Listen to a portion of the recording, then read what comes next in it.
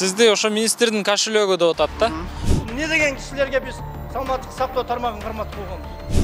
Аферист, коррупционер. Эркек эмес экен да алчы. Эркек болсо ошол чоң трибунадан ошондой сөз айтасың. Юкта Абдрахманов Шаятбек Түленбаев деген кошелеги бар. Обл больницанын главврачы 3 комната квартирасын сатып $45,000 сатып берген экен. Депутат Жусупбек Коргонбай уулу өзү байланышып, мен адашып калып турмун. Саламаттыкты сактоо министри Алымкадыр Бейшеналиев тууралуу жогорку кеңеште айтылган сөзгө атат алган министрликтин оштогу координатору жооп берди. Шаятбек Абдурахманов депутат Жусупбек Коргонбай уулунун айткандарын жалганга чыгарууда. Акча жыйноо, кызмат үчүн акы алуу таптакыр жок деп жатат. Ата жанагы акча маселеси боюнча айтып кете турган кошелек деген боюнча. Бул эч качан чындыкка дал келбейт. Мен бул боюнча мен бүгүн дагы жана Акпресске дагы барып азыр интервью берип келдим. Бул боюнча бул эч кандай чындык ушак айындык сөздөр деп эсептейм мен.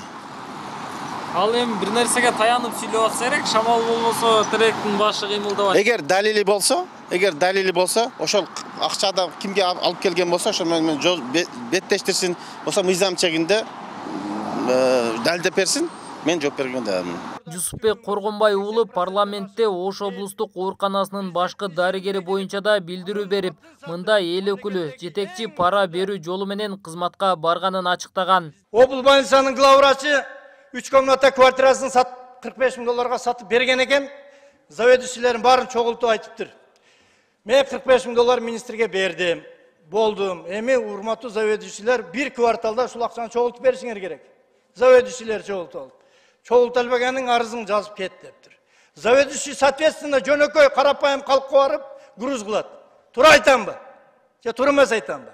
Ош облустук ооруканасынын башкы дарыгери Атабек Жумалиев болсо, ага депутат байланышып, адашып сүйлөп алгандыгын билдиргенин айтып жатат. Жумалиев комментарий берүүдө депутаттын СМС билдирүүлөрүн көрсөттү. Ал кызматка кадрлар резервинен келгенин кошумчалайт. Облустук оорукана десе эле бизди деп түшүнүштү окшойт. Мына бүгүн депутат Жусупбек Коргонбай уулу өзү байланышып, мен адашып калып турмун. Мен облустук балдар ооруканасын айттым эле, мурунку жетекчиси жөнүндө айттым эле деп өзү айтты. Мен аны тастап бере алам. Өзү ушинтип маалымат берди. Коргонбай уулу СМС билдирүү аркылуу парламентте Ош облустук балдар ооруканасынын мурдагы башкы дарыгери Равшан Маметовду назарга тутканын жазган. Мындан улам Маметовдун жумуш жайына барып таба алган жокпуз. Телефон аркылуу байланышканыбызда акча берип кызматка барган эместигин, айтылган сөздөр жалгандыгын билдирди.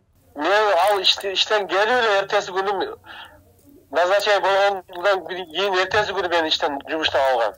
Мен договордун срок келишимден срок бүткөнүнө байланыштуу деп алып койгон. Сиз канча убакыт иштегенсиз ошондо? 1,5 жыл иштегенмин. 1,5 жыл, а? Сиздин учуруңузда башка министр менен андай окуя болбоду беле? Жок, кантип болбоду. Мен Гүлнара Машев менен иштедим да. Коргонбай уулунун сөздөрүнө саламаттыкты сактоо министри Алымкадыр Бейшеналиев жооп берди. Ал депутаттын суранычын аткарбагандыктан каршы пикир жаралганын айтууда.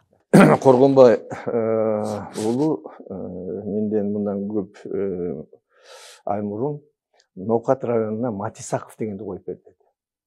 Матисаков деген ал жаш бала менде иштеп кеткен. Мен биринчи баласында иштеп жүргөн. Ошондон баштап ал ошол жерде зам главврач болуш деп бузуулар менен кеткен экен. И частныйда иштеп жүрүптүр.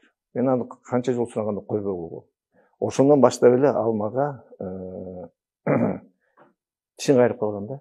3 апрелде министрдин ишмердүүлүгүн текшерүү боюнча депутаттык комиссия түзүлгөн. Бир күндөн соң депутаттык комиссиянын курамына өзгөртүү кирди.